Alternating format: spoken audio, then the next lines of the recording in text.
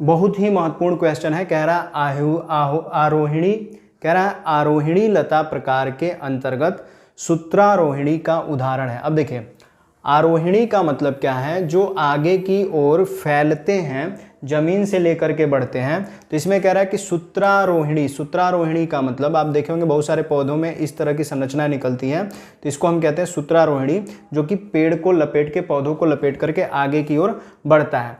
तो इसमें से सूत्रारोहिणी कौन है, तो सूत्रारोहिणी जो है लांगली को कहा जाता है। लांगली एक आयुर्वेदिक औषधीय पदार्थ है या पौधा है। लांगली क्या है, औषधीय पौधा है जिसको ज़्यादातर प्रयोग में लिया जाता है। तो लांगली जो है सूत्रारोहिणी का एक उदाहरण है, तो याद रखिएगा इसी तरह से लिख करके। अगला प्रश्न देखिए, अगला प्रश्न कह रहा है, अगर देखें तो दूसरे प्रश्न में भी लांगली से ही प्रश्न कर रहा है। लांगली द्रव्य का अंतर्भाव आरोहिणी प्रकार में होता है। तो मतलब कि जो लांगली जो द्रव्य है उसका अंतर्भाव, मतलब कि आंतरिक जो भाव है, कौन सा द्रव्य उसका प्रयोग में लिया जाता है। आरोहिणी क्या है, तो आरोहिणी जो है उसका पत्र है। पत्र मतलब पत्ता, पत्र क्या है, पत्ता जो है उसको पत्र कहा गया है। तो पत्ते के बारे में पूछ रहा है। तो लांगली द्रव्य का अंतर्भाव, इसके आंतरिक जो आरोहिणी का प्रकार है वह है पत्र, मतलब इसके पत्ते जो है ज़्यादातर फैलते हैं। अगला, तो अगले प्रश्न में अगर देखिए तो ये प्रश्न आपका गुड़ुची से है। गुड़ुची को हम क्या क्या कहते हैं, पर्याय अगर देखेंगे तो गुड़ुची का बहुत सारा है। इसे हम गिलो, ये बहुत महत्वपूर्ण है, ये बार बार रिपीट होता है। तो गिलोय है, गुड़ुची कहिए, गिलोय कहिए, अमृता कहिए, ठीक है, ये सभी गुड़ुची के उदाहरण हैं, मतलब कि पर्याय हैं। तो गुड़ुची किस प्रकार की लता है, तो गुड़ुची किस प्रकार की लता है, अगर इसके लता की बात करेंगे तो यह है वामावर्तनी। क्या है, वामावर्तनी। तो वामावर्तनी का मतलब क्या है, बाएं दिशा की ओर या बाएं तरह से क्या करती है, एक तरह से वर्तन करने का काम करती है। इस तरह से यह प्रतान है इसके, इस तरह से चढ़ने का कार्य करती है। तो वामावर्तनी यह एक तरह से लता का प्रकार है। अगला प्रश्न देखते हैं। गुड़ची को अमृता इसलिए कहते हैं क्योंकि इसके गुड़ जो है अमृत के समान होते हैं, इसलिए इसको अमृता भी कहा जाता है। अब आगे वाले प्रश्न में यदि देखा जाए तो कह रहा है कि औद्भिद द्रव्यों के प्रजाति और जाति का नामकरण प्रचलन किसने किया है। तो ये इंपॉर्टेंट है।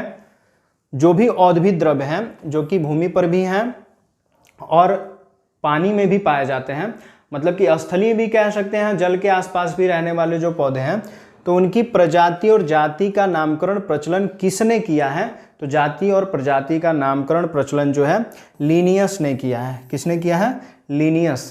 कार्ल लीनियस भी नाम जो है कई जगह आता है, लेकिन आप लीनियस ही याद कीजिएगा। अगला प्रश्न देखिए, पांचवा प्रश्न कह रहा है आयु भेद से वनस्पति के प्रकार होते हैं। मतलब कि आयु भेद मतलब कि 1 वर्षायु, द्विवर्षायु, बहुवर्षायु, तो इस तरह से कितनी आयु होती है। तो आयु कितनी है, 3।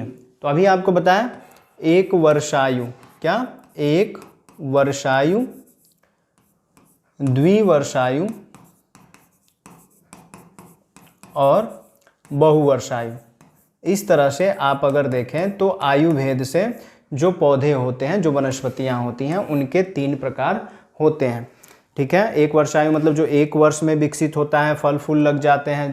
द्विवर्षायु जो 2 वर्ष में होते हैं। और त्रिवर्षायु नहीं कहेंगे, बहुवर्षायु कहेंगे, मतलब कि 2 से अधिक साल तक अगर उसमें विकास हो रहा है, फल फूल आ रहे हैं, तो वो बहुवर्षायु के अंतर्गत आएंगे। 6वां प्रश्न देखिए, कह रहा मूलभूत कषाय कल्पना है। मूलभूत कषाय कल्पना को क्या कहते हैं। तो आपको कई बार बताया गया कि पंचविध कषाय कल्पना जो है मूलभूत होती है। तो यहाँ पे पंचविध लिखा जाएगा।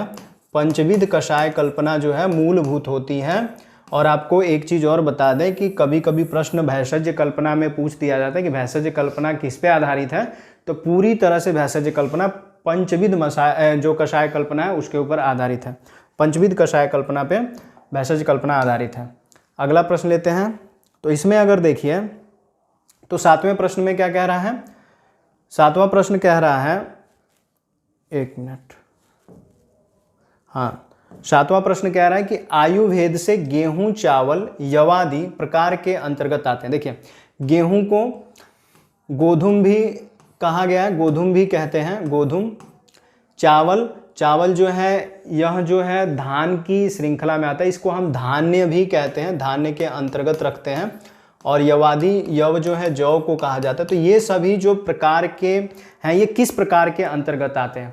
तो आप सभी देखिए, तो ये 1 वर्ष आयु में, अब ऐसा मत सोचने लगिएगा कि 6 महीने में फसल तैयार हो रही है तो हम इसको कहेंगे कि नहीं ये 1 वर्ष आयु में नहीं आएगा, ये 1 वर्ष आयु में ही रखे जाते हैं। क्योंकि गेहूं, धान और जौ अगर देखा जाए तो ये लगभग जो है 1 साल के अंतर्गत ही आते हैं, मतलब कि 1 साल से कम समय में तैयार हो जाते हैं, इसलिए इसको 1 वर्ष आयु में रखेंगे। याद करने का भी विषय है, समझने का भी विषय है, जब तक समझेंगे नहीं तब तक कोई चीज़ जो है क्लियर होने वाली नहीं है। ठीक है, तो दिमाग में रखना है, सारी चीज़ों को स्टेप बाय स्टेप समझना है। 8वां प्रश्न देखिए, कह रहा है कि दशमूल के द्रव्यों का चरकोक्त महाकषाय में समाविष्ट है।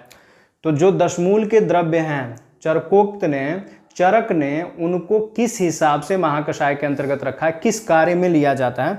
तो वो है श्वेथुहर। क्या है? श्वेथुहर। श्वेथुहर का मतलब क्या है? एक तरह से तो हम ये कह सकते हैं कि शोथहर भी है।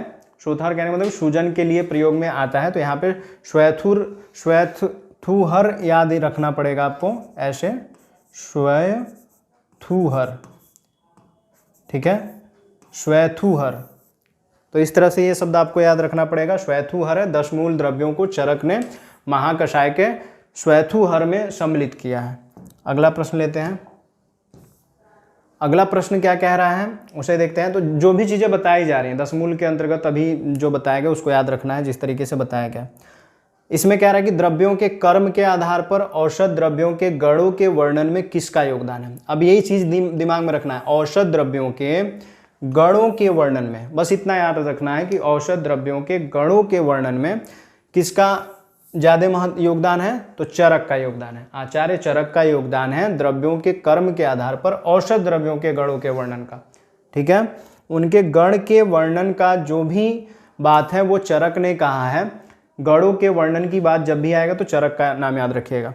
अगला प्रश्न देखिए, इसमें कह रहा है कि चरकोक्त महाकषाय में किस महाकषाय को समाविष्ट नहीं किया गया? चरक ने जो महाकषाय की बात कही है उसमें किस महाकषाय को सम्मिलित नहीं किया गया है? तो वह महाकषाय जो है पाचनीय जो महाकषाय है वह